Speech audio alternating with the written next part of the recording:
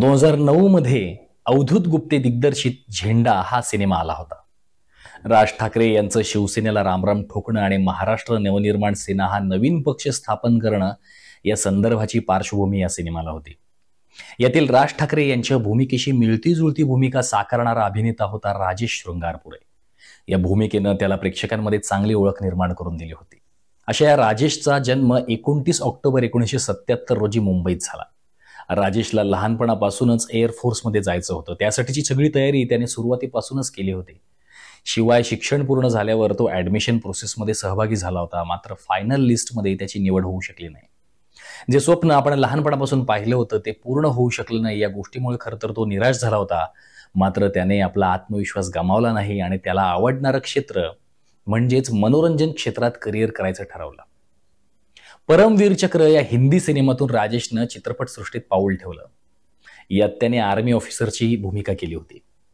ऐतिहासिक किंवा पौराणिक पात्र आणि राजेश यांचा नेहमीच संबंध राहिलेला आहे. जय माता की या 1999-2000च्या काळात अतिशय गाजलेल्या मालिकेत राजेशनं भगवान विष्णूंची भूमिका साकारली. याच मालिकेत त्यानं अग्निदेवाची ही भूमिका निभावली होती. हा पौराणिक पात्रांचा प्रवास पुढे बऱ्याच प्रोजेक्टमध्ये चालू राहिला. ओम नमः शिवाय या प्रसिद्ध मालिकेत त्याने अर्जुन साकारला. पुढच्याच वर्षी द्रौपदी मालिकेत त्याने पुन्हा एकदा अर्जुनाचीच भूमिका साकारली. ओम नमो नारायण आणि जय संतोषी मा या मालिकांमध्ये त्यानं भगवान शंकराची भूमिका केली. राजा नलाची भूमिका त्यानं श्री गणेश या मालिकेत केली. मात्र त्याच्या करिअरमध्ये महत्वाची मालिका ठरली ती म्हणजे सारथी. महाभारताचं हे कंटेम्पररी व्हर्जन होतं. महाभारताचीच गोष्ट जर का आजच्या काळात आपल्यासारख्या सामान्यांच्या घरात घडली तर काय होईल अशी साधारण गोष्ट या मालिकेची होती. या मालिकेत त्यानं भगवान कृष्ण साकारला. त्याच्या या भूमिकेला प्रेक्षकांनी खूपच पसंत केलं. मालिका पुढे जवळपास 4-5 वर्ष चालू होती. मधल्या काळात त्यानं 4 दिवस सासूचे या अत्यंत लोकप्रिय मालिकेतही काम केलं. शिवाय साहब बीबी और गुलाम या मालिकेतही तो दिसला. रवीना टंडनची प्रमुख भूमिका असलेली ही पहिलीच मालिका होती. ऋतुपर्ण घोष हे प्रसिद्ध बंगाली दिग्दर्शक या मालिकेसाठी क्रिएटिव्ह दिग्दर्शक म्हणून काम पाहत होते. पुढेही राजेश मग संगम, बसेरा, एक चुटकी आसमान, कृष्णाबेन खाकरावाला, संस्कार लक्ष्मी अशा अनेक मालिकेत झळकत राहिला. चंद्रगुप्त मौर्य या मालिकेत त्याने सेलिकस पहिला निकेटर हे पात्र साकारलं. झांसी की राणी मालिकेत त्यानं मोरोपंत तांबे यांची भूमिका केली. टीव्हीवरील त्याच्या गाजलेल्या भूमिकातली सर्वात गाजलेली भूमिका म्हणजे मल्हारराव होळकर. पुण्यश्लोक अहिल्याबाई या मालिकेत त्यानं ज्या तडफेनं मल्हारराव साकारले त्यामुळे त्याचं खूपच कौतुक झालं. मधल्या काळात अनेक सिनेमांमध्येही कामं करत तो स्वतःला सिद्ध करत गेला. झेंडा सिनेमात राज ठाकरे यांच्या पात्राशी मिळती जुळती भूमिका त्यानं केली आणि मराठीमध्ये त्याला चांगली ओळख मिळाली. त्यानंतर स्वराज्य, मराठी पाऊल पडती पुढे या सिनेमात त्याने प्रमुख भूमिका केली. या भूमिकेसाठी त्यानं प्रचंड मेहनत घेतली होती. त्यासाठी त्यानं उत्तम शरीरयष्टी कमावली होती. सरकार राज या सिनेमात त्यानं संजय सोमजी ही व्यक्तिरेखा साकारली. नकारात्मक छटा असलेल्या या भूमिकेसाठी त्याच्या वाट्याला प्रचंड कौतुक आलं.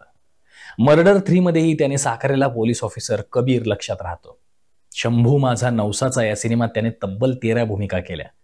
एकाच कलाकाराने एका सिनेमात इतक्या व्यक्तिरेखा साकारण्याचा हा एक रेकॉर्डच म्हणावा लागेल. यासाठी त्याचं नाव लिम्का बुक ऑफ रेकॉर्ड्स मध्ये सुद्धा नोंदवलं गेलं. गुरुदक्षिणा हा त्याच्या कारकिर्दीतील एक उल्लेखनीय सिनेमा. या सिनेमात त्यानं छाऊ कलाकार साकारला. त्यासाठी त्यानं विशेष ट्रेनिंगही घेतली होती. त्याच्या भूमिकेला असलेल्या वेगवेगळ्या कंगोऱ्यांमुळे त्यानं आपली भूमिका चमकदार रंगवली. या सिनेमाकडून त्याला खूपच अपेक्षा होत्या, मात्र सिनेमाला म्हणावं तसा प्रतिसाद मिळू शकला नाही. डॅडी या चर्चेत राहिलेल्या सिनेमातही त्यानं काम केलंय. Matter, Manya the wonder boy, गोट्या, कुलकर्णी चौकातला देशपांडे, रोमिओ अकबर वॉल्टर, कौल मनाचा, संघर्ष, शॉर्टकट रोमिओ, एक थी राणी ऐसी भी हे त्याचे आणखी काही मराठी किंवा हिंदी सिनेमे. राजेशचं काम केवळ मराठी हिंदी पर्यंतच मर्यादित नाही, तर त्याने काही आंतरराष्ट्रीय प्रोजेक्टमध्ये सुद्धा काम केलंय. सील टीम 6 या हॉलिवूडपटात त्याने CIA एजंट साकारला होता. याशिवाय गांधी ऑफ द मंथ हा त्याचा सिनेमाही त्यावेळी चांगलाच चर्चेत राहिला होता. राजेश बिग बॉसच्या पहिल्या पर्वात सहभागी झाला होता. या शोमुळे त्याच्या प्रसिद्धीत बरीच भर पडली. अनेक वेळा तो आपल्या वक्तव्यांमुळे आणि कृत्यामुळे चर्चेत राहिला. राजेश शाळा कॉलेजमध्ये नेहमीच वेगवेगळ्या ऍक्टिव्हिटीजमध्ये सहभागी व्हायचा. मग त्यात नाटकात काम करणं असो किंवा मग सायकल चालवणं असो. कॉलेजच्या निवडणुकांमध्येही त्याचा अगदी ऍक्टिव्ह सहभाग असायचा. राजेश आधीपासूनच फिटनेस फ्रीक आहे, त्यामुळे तो आपली दमदार शरीरयष्टी अजूनपर्यंतही राखून आहे. सायकल चालवणं ही त्याची एक अत्यंत महत्त्वाची आवड. ऑल इंडिया सायकल एक्सपिडिशनमध्ये त्यानं सहभाग घेतला होता. तेव्हा त्यानं मुंबई ते हिमाचल प्रदेशमधील रोहतांग पास इथपर्यंत सायकल चालवली होती. त्याच्या या सायकल प्रवासाचं चांगलंच कौतुक झालं होतं. राजेशला ट्रेकची प्रचंड आवड आहे. त्याचं हे ट्रेक प्रेम सर्वश्रुत आहे. महाराष्ट्रातील अनेक गड त्यानं पालथे घातले आहेत. आपल्या व्यस्त वेळापत्रकातून तो आपल्या या आवडींसाठी वेळ काढत असतो. ट्रेकिंग आणि सायकलिंग इतकाच राजेश क्रिकेटमध्येही रमतो. त्यामुळेच सेलिब्रिटी क्रिकेट लीगमध्ये तो सहभागी होत असतो. राजेश स्कुबा डायव्हिंग सुद्धा शिकलाय. डिंपल शृंगारपुरे यांच्याशी राजेशचा 2005 मध्ये विवाह झाला. त्यांना 2 मुले आहेत. राजेशच्या आयुष्यात अनेक अडचणींना त्यानं तोंड दिलं. हा सगळा प्रवास खूपच कठीण होता, मात्र या साऱ्या काळात आपल्या पत्नीनं आपली खंबीर साथ दिली असं तो म्हणतो.